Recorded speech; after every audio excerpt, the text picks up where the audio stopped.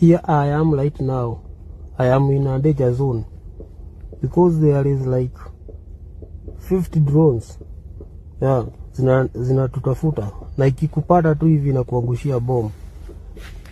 And you can hear some sounds. Our enemies, they are shooting there. I am in a danger zone.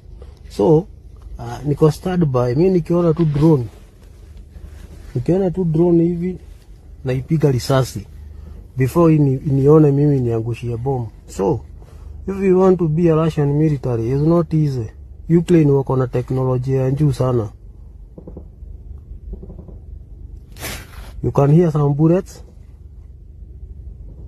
Our enemies, they are still shooting. But now, I am here. I have to do it.